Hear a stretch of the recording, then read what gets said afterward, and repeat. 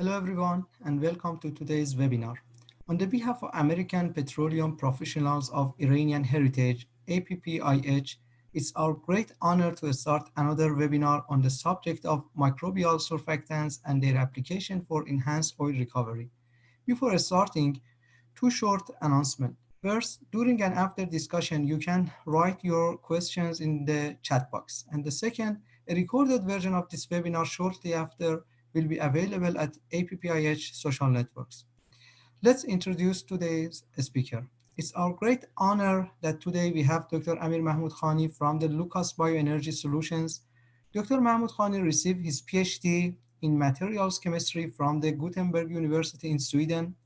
He has been working for 20 years in various technical roles at the different oil and gas companies.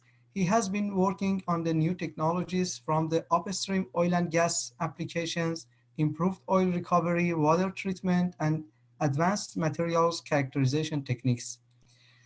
I would like to thank Dr. Mahmoudkhani for accepting our invitation, and without further delay, I'm transferring microphone to him for starting his presentation. Well, good evening, everyone. I hope that everyone can hear me loud and clear.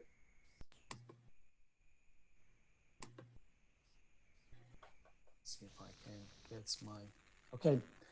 Very good. I'd like to go over a few slides which I put together. I'm going to introduce, maybe a new area to some of you, which is about the microbial surfactants and the application for oil and gas, enhanced oil recovery, right?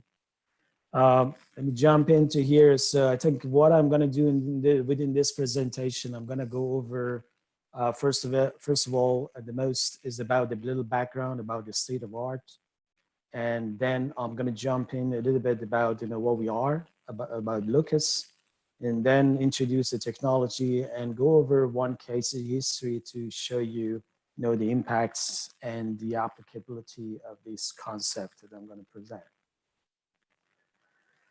Well, most of us, we are very familiar with the oil production in US. Of course, this is the data from EIA from 2010 to 2020 where we are. Of course, as all of us know, there is the historic market that was around 2012, but things have changed. Before that time, US was producing about, let's say 5 million barrels per day. And after that time, gradually but steadily increase the production. And as we know it, by January, February this year, we're producing about 12.5 million barrels per day. Well, how that happened? Of course, as you know it very well, has been started off with drilling, a lot of drilling activity, and thanks to the horizontal drilling, as we said, also hydraulic fracturing. So we tap in to a different area that was uneconomical before, and that is the unconventionals, right? So there's something very specific about the unconventionals, and what we're talking mostly here is about shale, for instance, right?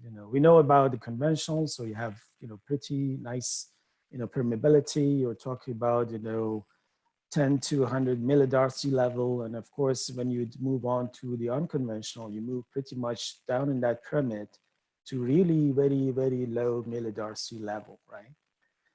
So tap into that really reservoirs. What we require is that, as we said, reaching out to the hydraulic fracturing. And the diagram on the right side, apologize, not updated that one for quite some time, but it's pretty much the same picture, not changed too much. What happens after your initial kickoff the production? You get the peak, which is the peak oil after you did the fracking, starting the production, which could be anywhere nowadays, I believe, somewhere between 200 to 600 barrels per day. Fantastic. Of course, that's a lot, right? But what you've noticed over the time is that there's a decline right after we reach the peak oil. This start to decline, and that decline could be pretty fast depending, of course, how the frac job is done, depending on, of course, thousands of different parameters, right? Now, what happened after the first stage? So first stage, you're operating with using, within the window of natural flow, everything is fine, everything is cool. Now you start after that part, when you reaches to a certain level of the decline in the production, of course, the flow rate is changing, gas production, if you have it, is changing too. So you're moving into area which you require to implement what's called the artificial lifts, right? And within that artificial lifts, there's multiple ways. Of course, different operators in US and Canada have been applying this artificial lift in various ways. Some preferred more one to the other, but in general, what you see is that a lot of rod pumps out there. Gas lift is pretty, I would say common and, favorable, as well as the ESP pumps, and also submersible and the other pumps that we have, right? Great. Of course, what is important in terms of operating this type of asset as a whole is that you're dealing with operational expenses, right? And that operational expenses, it relates to how much lifting costs that you have and how many barrels of oil you're producing from those assets, right? Well, what happens after that stage? You actually gradually going towards that decline, towards the other tail of this production, and then you're ending up what is known as the stripper wells, right? So as by definition, the stripper wells are those who are producing, of course, very low amount of oil per day. In average, I'll say 15 barrels per day is nominal. Of course, some states have different policies and things like that to define the stripper well, but that's, let's say, as a rule of thumb, right? And interesting enough, there are other wells that they call it zombie wells, and those are sit idle and they're not abandoned or they're not, producing, but they're waiting for, the decision to be making is that should we turn it on or should we turn it off completely, or, just hand over, the asset to somebody else's, right? And of course, at the end of life of these wells, of course, there's no economically viable to produce, then the wells turn to what we call it abandoned wells, right? And I want to actually put the more emphasis on this part of this story because you see it in the next slide, how that span, remember that happy, beginning or honeymoon, which is the initial, let's say, few months, 12 to 24 months of the production is going to end to going to that super wells and then, going to the end, right? Now, abandoned wells are critical because that is the really liability to the owner or an operator and also to the state. And on average for, the abandoning a well, it is somewhere between 10,000 and it, depending on the depth, it could be up to $40,000, right?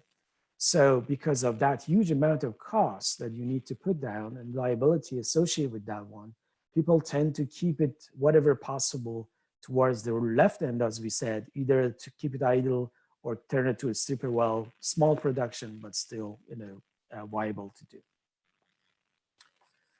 Now, this is the data which I updated, just a couple of weeks ago. This is again coming from, EIA. And of course, this is showing you the total number of oil wells that we have in US, which is sitting around right now is around 430,000 wells in US, right?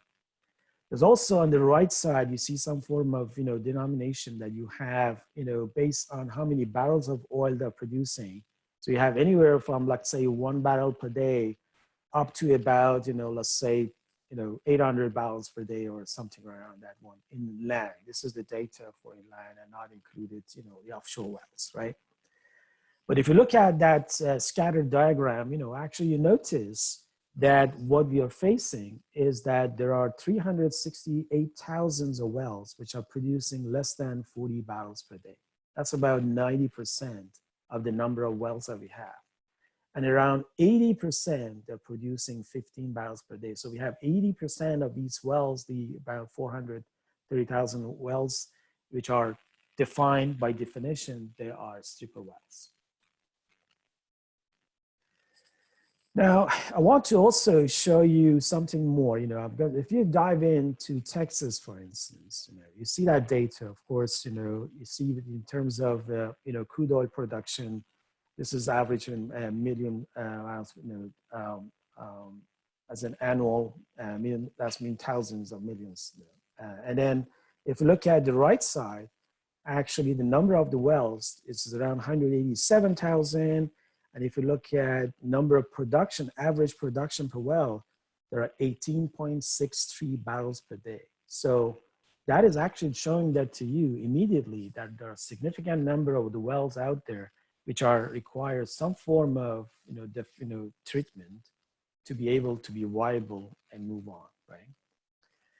If you look at that, actually some definition, again, classification based on the number of wells and based on, the barrels per day that they're producing, this is what you get, right? The green one is the total production, ratio of the wells at different number of wells. And if you look at, again, what you're dealing here is pretty much the same picture as we had it for US. That's about 89%, 89.2% producing less than 40 barrels per day. And what you have is around that account for 20% of the whole production of the Texas in 2018, okay? So that is still is really significant, significant number that we need to think about, right?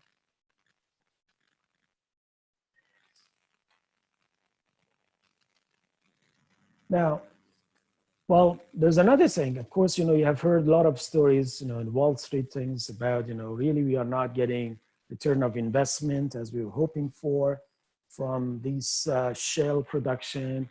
And also, as you notice, most of our unconventional is pretty clear that our recovery factor is sitting around 2 to 8%. So that means there's a significant amount of the oil is still sitting there, and those wells that we drilled. And we don't have we need to think about it, how we're going to retreat those wells to really get out of the oil from those formations, right? Of course, here there are multiple factors in charge. Of course, the cost of the operations, that you only need to think about, an entire actually life cycle, cost of the initial exploration and operating those wells to the end, right? So what I'm going to show you here, of course, focusing on a part of things that we have been doing, but of course, as you know it, there are multiple ways, that you can do enhanced oil recovery out there. People are doing gas injection, either CO2 or natural gas injection. Some people are using heat, and some people are using what is called some form of the VAPEX, heated gas, together with some form of vapor of the solvents, or also in some form, if it's possible, to do half and puff. And that half and puff is, of course, not to the full scale as by definition of the EOR is, but still may be viable for some of those wells that we were talking about, about those stripper wells to do it, right? I'm going to jump into a little bit to talk to you about who we are and about, the history of ourselves, in terms of our heritage. To give you a brief, our company is founded by Andy Lafkowitz and also Sean Farmer. These two gentlemen have actually initiated a company before. It's called Ganadin. Ganadin is a biotech company, and the first one who introduced the probiotics. And interesting enough, of course, that product, which is called BC30, I'm sure you can find it in your in some of your food that you have it in your kitchen, or next time you're buying something, just pay attention to the ingredients. I'm pretty sure you'll see some of that, right? Pretty exciting. Of course, it's been sold in more than 60 countries, and of course, within 1,000 different products. Anywhere from drinks, to the nutritions, supplements, and you name it, right? In 2014, they initiated our holding company, is called the Locus Fermentation Solution. We have about 8 offices, about 120 employees. We have a lot of actually scientists from 7 countries, and I can tell you about 50 people are focused on the R&D side. On the upfront on the fermentation technologies, led by Dr. Ken Alabek, who is the lead scientific administrator of the Soviet Union Biological R&D program. So we raised about $80 million. We have about more than 500 patents so far filed, you know, and of course, in terms of the manufacturing, things like that, we already established. What we're focusing on is mostly, you know, the green concept. So introducing, you know, another solution, different type of solution to different type of industries. Our focus has been mostly on climate change, the greenhouse gases, the chemical usage, food security, environmental impact, productivity and profit, of course, and the human health and safety, right? As I told you, we're doing a lot of different things in various, sector of, an industry. Our ag business is actually focusing on organic certified microbial soil probiotics technology, which is quite interesting. I'll show it to you another slide. We have been managing to increase the growth of the, the food and, by 40%. We also have done on the carbon sequestering through the growing, different vegetables and different plants and things like that by about 57%. We do also initiated Locus performance ingredients, and also we have a Locus animal feed part, which is interesting. This is again one of the initial stage of the development, but actually it's doing the probiotics for livestock. That's quite interesting. The company as a holding company and subsidy has won several awards. This is one of the latest one that we won, 2020, changing idea by, as I said, implementing that concept that you give the probiotics to the soil to allow, the growing better, more vegetables and the food, as well as, sequestering more CO2. On the oil and gas side, focus has been, again, as I told you, using the biosurfactants and bio-based materials for enhancing, oil recovery. And of course, our concept is the mandate, is the mission is to work around, the increasing the performance, working toward the environmental stewardship, social responsibility, and the safety, right? Which I will go over, some in more details later on. But certainly, it is quite unique. So where we are operating as a whole, we're operating mostly in Texas and Ohio. This is where we have our plants that we manufacture bio-based materials, as well as the R&D, and also operational offices that we have. The nice thing that we do is that our systems, I'll show it to you later on, is very modular system that you can within 6 months establish that production anywhere, because you don't require that much really the permits and legislation actually to operate those plants, right? This is a little bit about our leadership team. We have actually pretty experienced team in here, a lot of years of experience in oil and gas, in various operational operators, and also chemical service companies in different ways. So actually, pretty that helps us to really move things faster and more efficient way. To tell you what we are, certainly our technology has been recognized, pretty well. We won last year 2 awards from oil and gas in Northeast and Texas for, new technology for production, as well as we are on the finalists in 2018. We have been featured in Darcy Partners in various ways.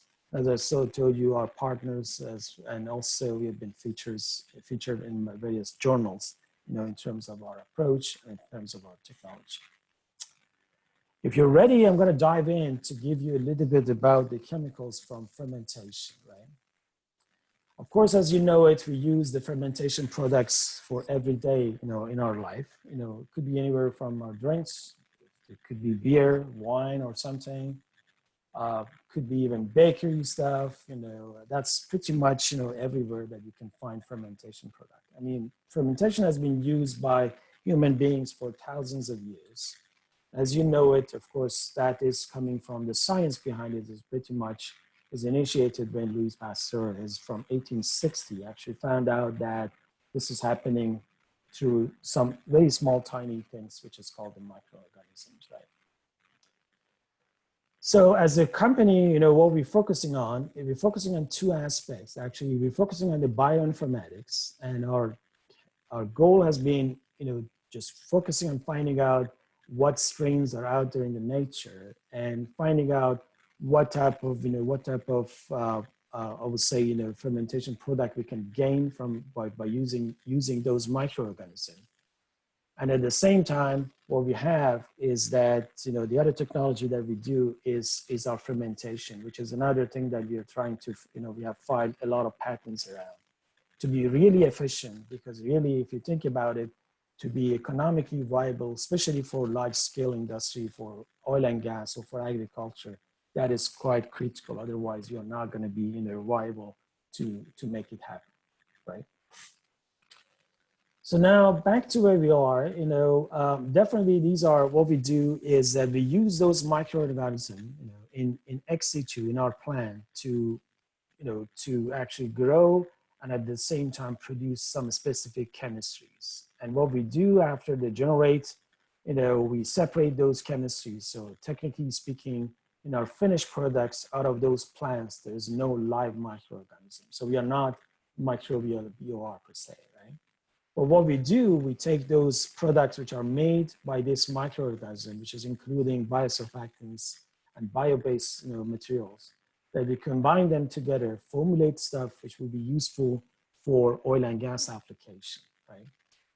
And our raw material pretty much per se is just the sugar and fatty acids. And those fatty acids could be anywhere like specific fatty acid chain, like the C18, or it could be a mixture, or it could be anything like, canola oil that you probably use, you can be, coconut oil whatsoever, right?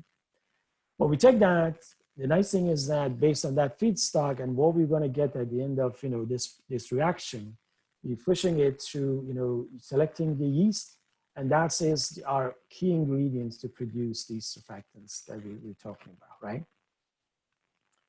Now, what are those microorganisms? Well, interesting enough,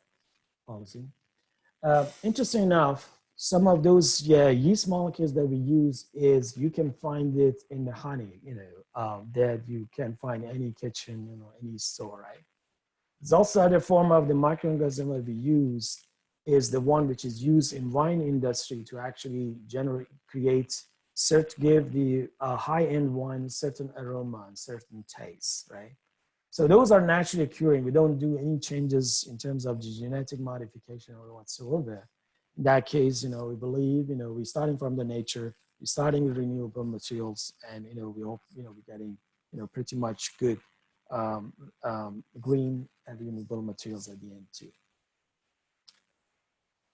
Well, when we are talking about the biosurfactants, of course, by definition, you could produce those things still through some, people use the raw material, renewable raw materials, and still use some form of chemical reactions to create those things. This could be alkyl polyglycosides, or it could be glucamides, right? Now, the other form of those things that you can create is the biologically produced. It could be through, extraction from the plant, which people do. It could be through enzymatic reaction that some people do. And the last one, which is the one that we do, is through the fermentation through the microbial one, right? So what you're doing through microbial EOR, microbial fermentation, you're generating those biosurfactants, which are naturally formed through by the microorganism from the renewable sources. And one of the classes of those things are glycolipids. And again, if you look at the literature, there's tons of data out there which tells, talks about the rhamnolipids, about the MELs, and about the sophorolipids and how great they are, right? But the challenges mostly have been because they have been done mostly in the lab scale or small, reactors, things like that. It wasn't really scaled up. And I think until recently, that maybe the last few years, that the industry actually has put some more focus around that one to really scale up. Those are, some of those ones are shown in here for you that you can notice in terms of the complexity of the molecules and the diversity that you can get. One of my favorite one is the one which is in here, A, which is a surfactant. You can notice that, really is a polypeptide form together with actually some alkyl chains and some other functionalities. The one you can make it nowadays, really larger scales, are the sophorolipids and also rhamnolipids. And again, the melts are quite interesting at the same time too. Now, great. So this are not, I want to say, well, the biosurfactants are pretty much well known in the literature. You can find probably thousands of the papers out there that people have used, or produced the biosurfactants. They've looked at the applications mostly for pharmaceutical, because again, those have very unique properties. And also you can find it in also those production, literature out there that people really say, well, these have very interesting properties, but the challenge has been mostly toward how you can scale it up. And I believe, we are the company who have been probably, I would say, with a quiet confidence that we are #1 in the world in terms of the capacity of producing biosurfactants. Right. Now, what are the biosurfactants and what they do? Well, biosurfactants is like any other surfactants. They can reduce the surface tension. They have some form of the critical deform micelles, but of course you see it later on, some form of different. You can achieve about 26 to 35 dyne per centimeter, surface tension reduction. Usually the biosurfactants have very low CMCs or critical micelle concentration. What is that important for is actually showing you even they're performing at very low concentration, which is quite important. I'll show it to you later on. We have found that they have a non-emulsification effect. They've also dispersing heavy organics, particularly, in our latest work that we identified that they can disperse nicely wax and asphaltene. They have very low forming properties and such, right? But I want to focus on two things is that one about, their specific absorption, desorption properties on different surfaces. And at the same time, dispersing the heavy organics. This is the critical for some of those wells that we were talking about. Now, this is an example of the work that we do typically. We're looking at the reducing the interfacial tension. We do it in various ways. Of course, we use different form of the oil, if it's provided by the operator to us. This is an example of the dodecane. But what I want you to take away from this particular slide is that, even at 2 ppm level, you notice that from dodecane, which is sitting around 50 millinewton per meter, it dropped to about 25. That's 50% reduction only by 2 ppm of the surfactants. And I don't think that there's any other surfactant can do this job even at 2 ppm level, right? And of course, if you go slightly above CMC, which is in this particular biosurfactant, CMC is around 20 ppm. If you go 30 ppm now, you can see much faster drop in the interfacial tension. And of course, droplet disappears, which indicating really you have achieved much lower IFT interfacial tension, right? Now, another properties of the biosurfactants is their very small micellar size, right? In this example that you can find it, actually, this is some of the luckily but published work, which is the Journal of Physical Chemistry 2015. They use the linear form of the sophorolipids. And what is interesting they found is that it forms very tiny micelle, they call it the coffee bean shaped one, which has a length of about 1.2 nanometers size, right? If you want to compare the same type of micelles forming by, let's say, alkyletoxylates, which are generally used by surfactants in the oil field, they are forming micelles about, 70 to about 100 nanometers size, right? What is importance of this one? If you look at the shale production, you're talking about the flow from really nanopores to micropores and to the fractures, right? And this is very critical because that's part of what is showing you actually the low permeability and difficulties really to extract the oil or recover the oil from unconventional reservoirs, right? Now, part of that, for example, for instance, in this particular case, which is published in 2017 from Wolfgang Shale, you notice those pore size or pore diameters of these particular shale that they use has less than 50 nanometer size, right? So if the micelle of the surfactant is larger than that 50 nanometer, there's a little chance that the penetration is really, you can get the depth penetration that requires to really extract more oil out of that formation, right? And this has been, of course, a discussion the last few years that people are looking for really to how they can, first of all, study and, find out what would be the best, way of extracting more oil from those nanopores. And of course, there's a quite interest in that area and makes it really interesting to look at the biosurfactant for that type of application. Now, what we are doing is that we're focusing on a little bit of more reservoir specific. We have collected samples of the shale from various areas, or two focus areas being Utica and Wolfcamp. Of course, naturally, because the way this is the most of the area that we are operating at the same time, really the similarities between these two in some way. And at the same time, the learnings that we think we can, do between, the wells that have been treated in Utica and between the Wolfcamp, right? Now, what we do is within those type of system, actually we look into how biosurfactants are working, right? And then we were looking at that things. If you look at the chemical surfactants, if you do, let's say, typical frac jobs, if you do surfactant half and puff, the challenge typically is that those surfactants, they don't tend to not to absorb that much. And also, as the fluid returns, the flow back starts by fluid displacement, you get most of the surfactant coming out pretty fast. So there's that much, let's say, longevity in terms of, having the performance area that you needed to have, right? But what we have demonstrated is that those biosurfactants, as I told you before, they tend to absorb much different way in the mineral rocks. So we've done it in the clays. We have studied the absorption in the silica and alumina, and also carbonate, and we notice, yes, it is really different. And what we have noticed from absorption, desorption properties is actually matching to what you see here in this slide with the green one, which is showing you really what you do is that elongated, or longevity, or, of the efficacy of the biosurfactants. And together with the local CMCs, as I told you before, and some of those slides which I've shown you, compared to the regular surfactants, maybe those will be a viable one, right? So please keep in mind those few things which I indicated to you. The low CMCs,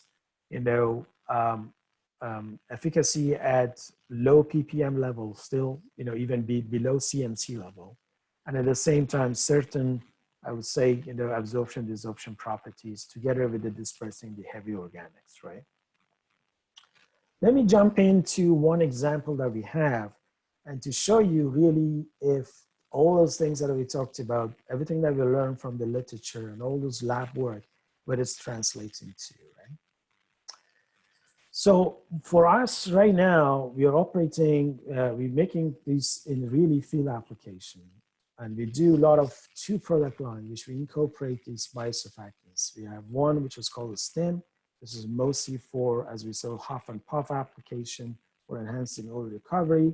And we have another one, which is called the flow. And this is formulated for the cases that you have the heavy organics downhole or through the tubing precipitators, and you needed to mobilize those things, right?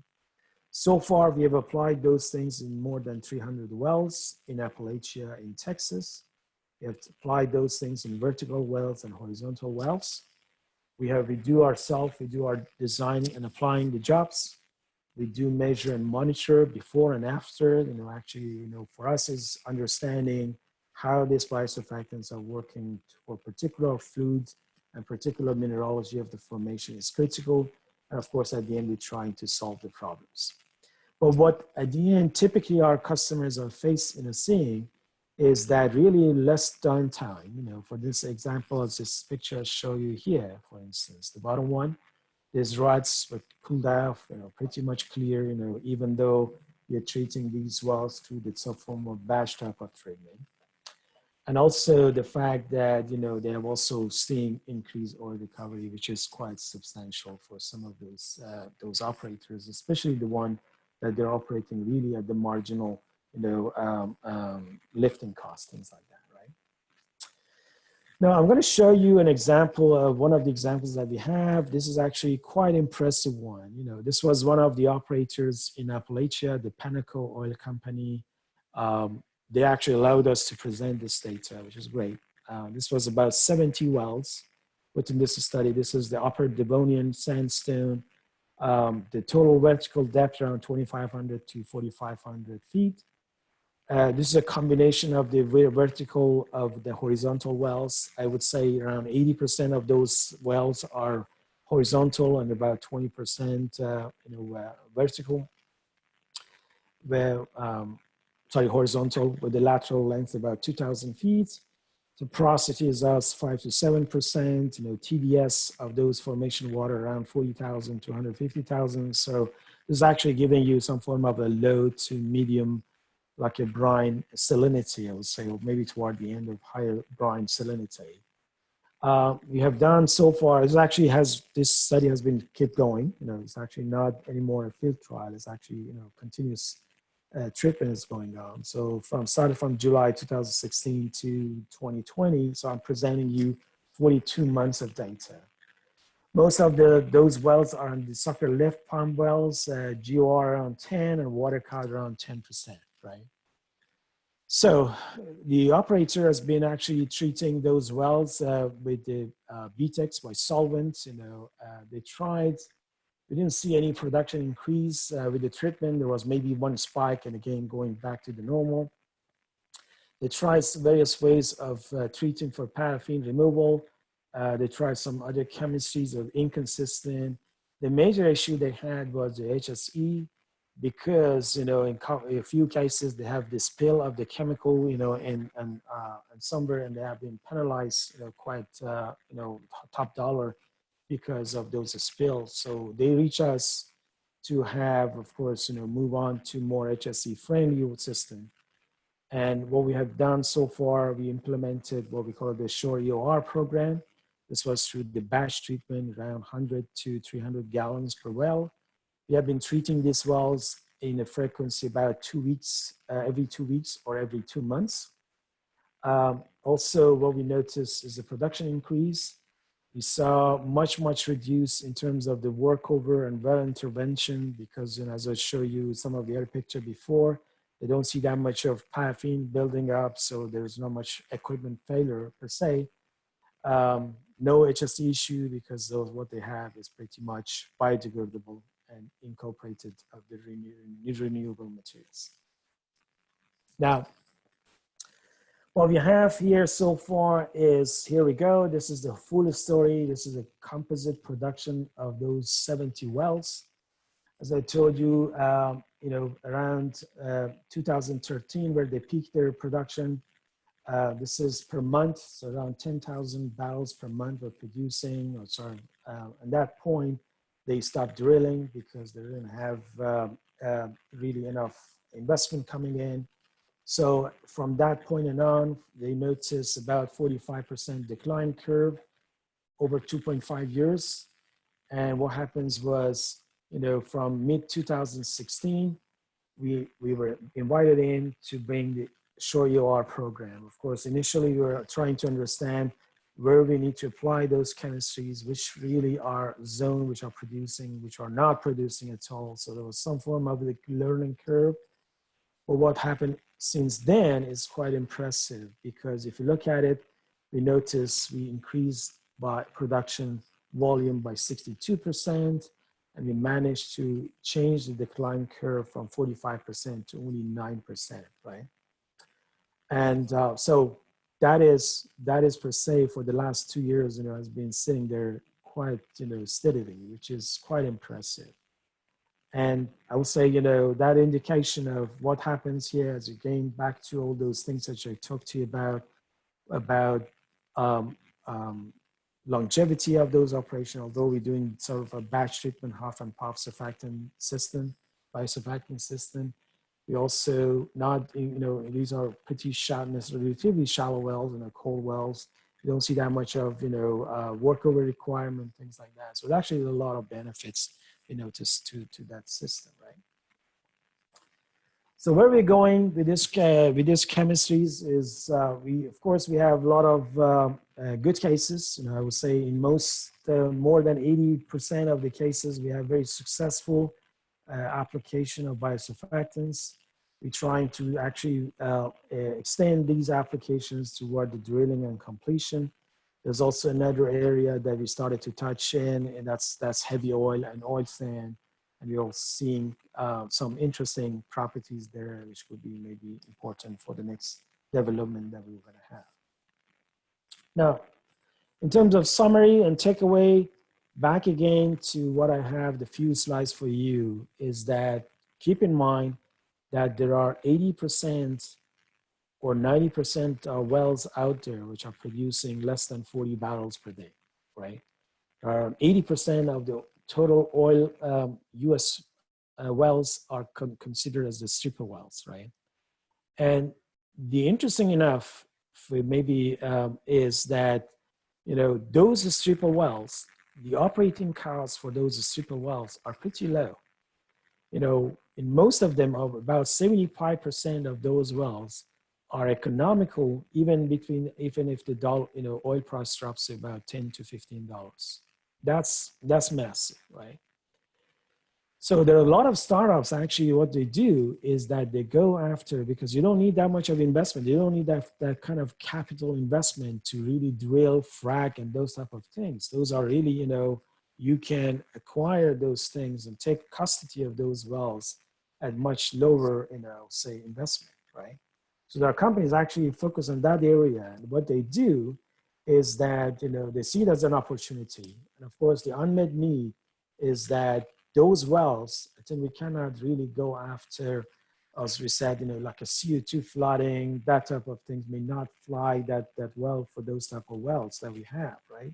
So we need to think about what are the unmet needs in here and what technology could be developed that could be viable to still extract the residual or remaining oil from those conventional and unconventional reservoir out there, right? Now, within that, I want to end up saying, well, rethink is possible. That's actually what I always have been thinking is that, well, this is definitely, you know the story, you know the problem. There might be, of course, you can do the resolution, you know, find out what exactly causing these things, and maybe you can find out the solution. Of course, what I presented to you today is about the green materials, biosurfactant, things like that. But I'm sure within this, you know, community that we have, you guys can come up with maybe definitely much better ideas to really go in and tap into that market, which is, I think, still is attractive. Within that, I'm gonna end up my talk and leave it open for your questions. I'll be happy to answer the questions that you have.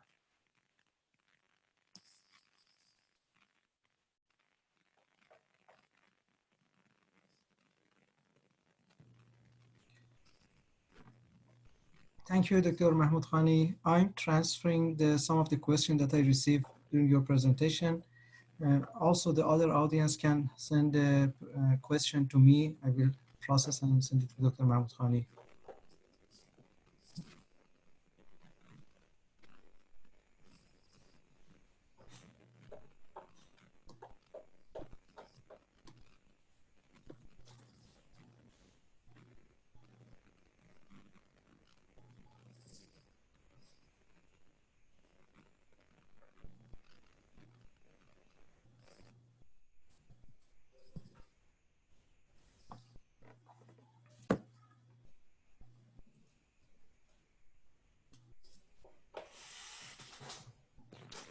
Okay, I see some question came out. Okay, let's see.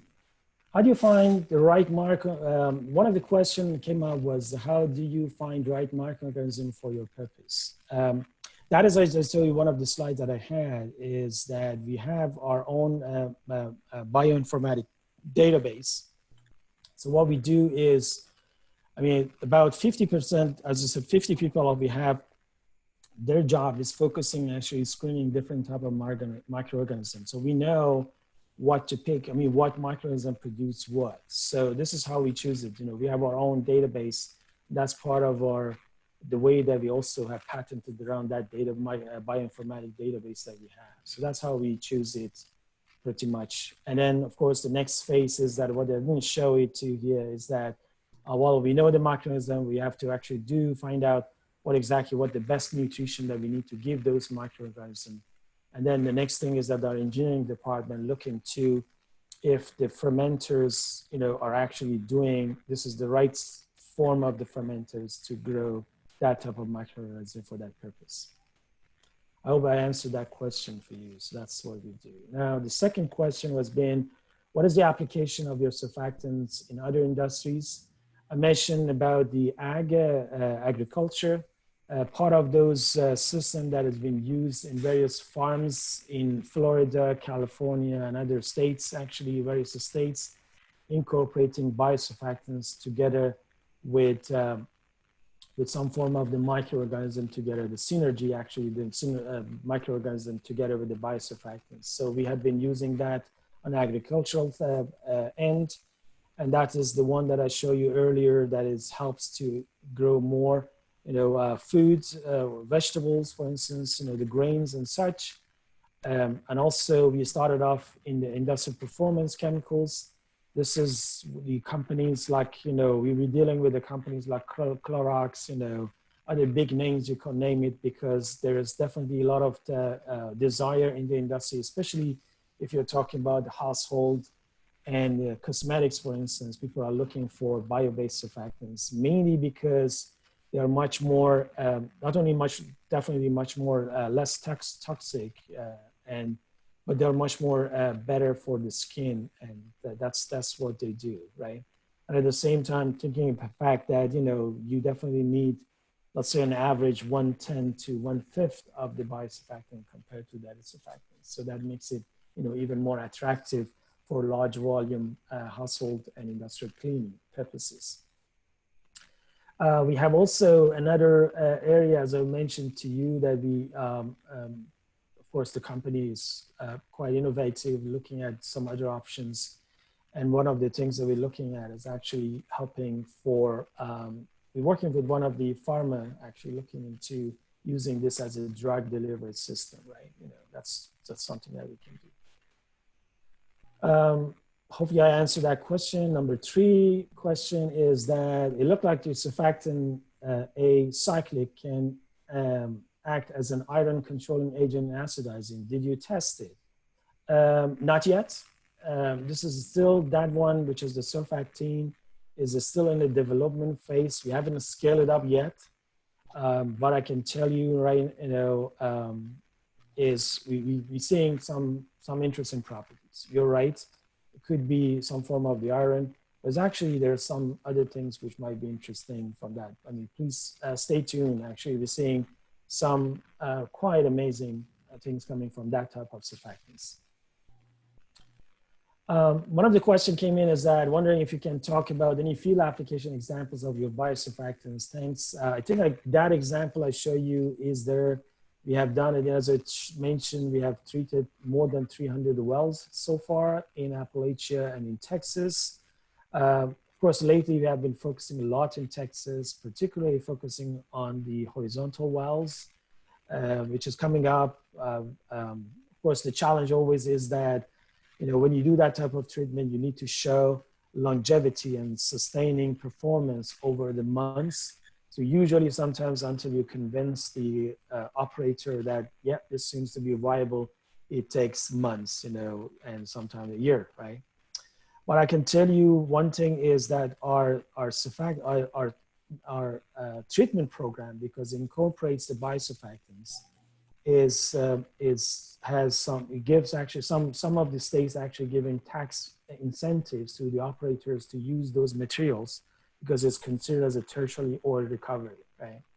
Although it's not, so far as I told you, we're not doing the full field sweeping or, flooding type of things, but certainly, we have some exciting things happening, as I said, just huff and puff type of system. As I showed, we shot in only for an average between 12 hours to about 3 days.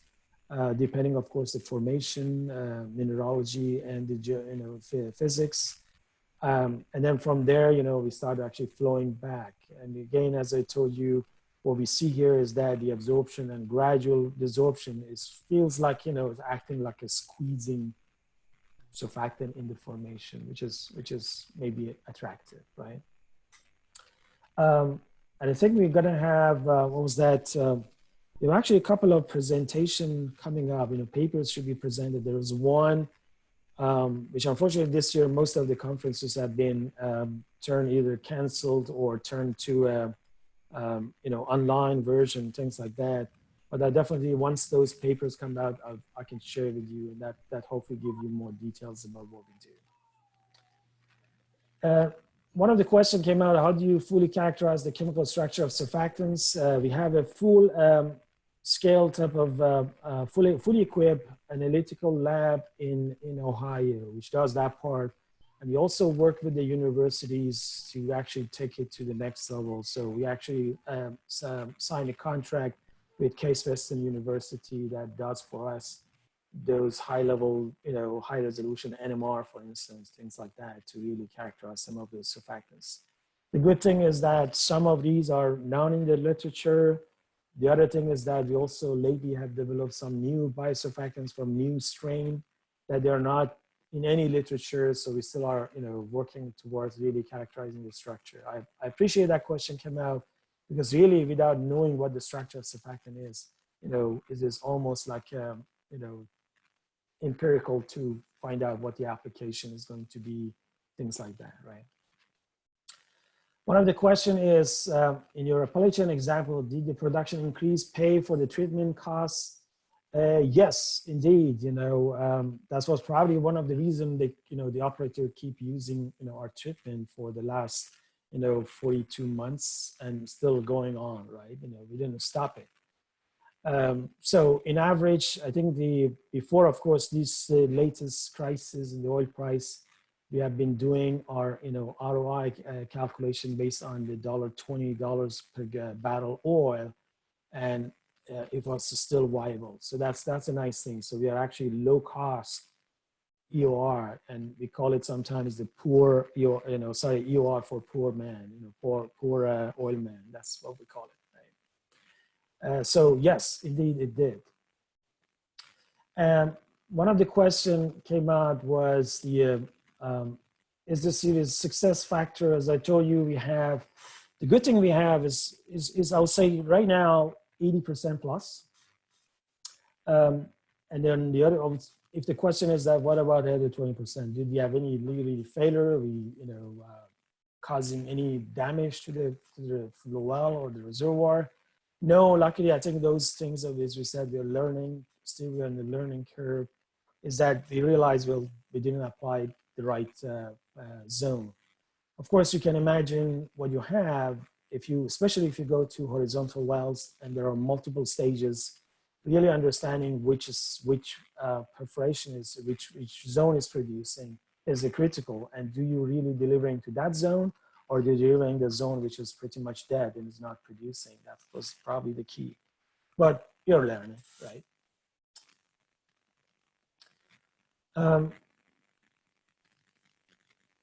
The GOR for well, the 10, I don't have on the top of my head, but these are low gas reducing. So that's I forgot, because this is like 70 wells. I can get the numbers on average about all of them, so that may be giving you, that ratio, right? So I don't have that particularly per se to answer that question. So, okay. We got that one covered. We got the GOR covered.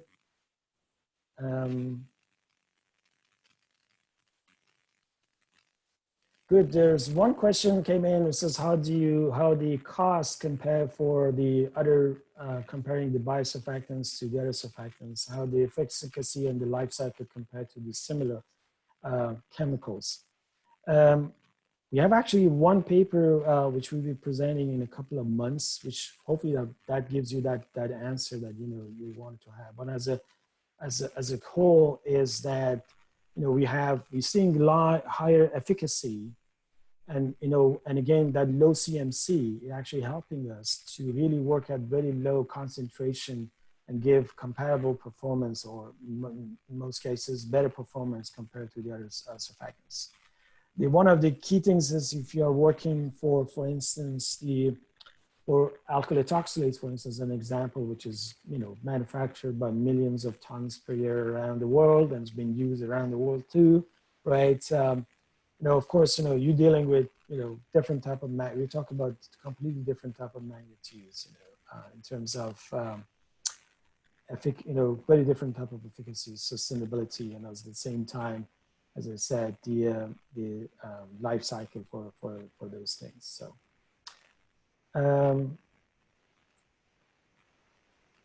I think that seems to be, that is pretty much it. Hamid, is there any more question that I need to answer?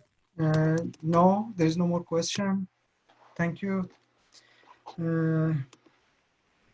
With this situation, I would like once again thank Dr. Mahmoudkhani for such an interesting presentation, and all of you for taking part in this event. And just note that we have every Saturday at 7 p.m. Central Time a webinar on a hot topic in oil and gas with professionals. And the last comment, a recorded version of this webinar will be available in the APPIH social networks by end of today. Thank you, everybody, and have a great time. Bye-bye. Thank you for the opportunity, everyone. Have a safe and healthy Saturday or weekend. Thank you. Thank you very much for a great job, everybody.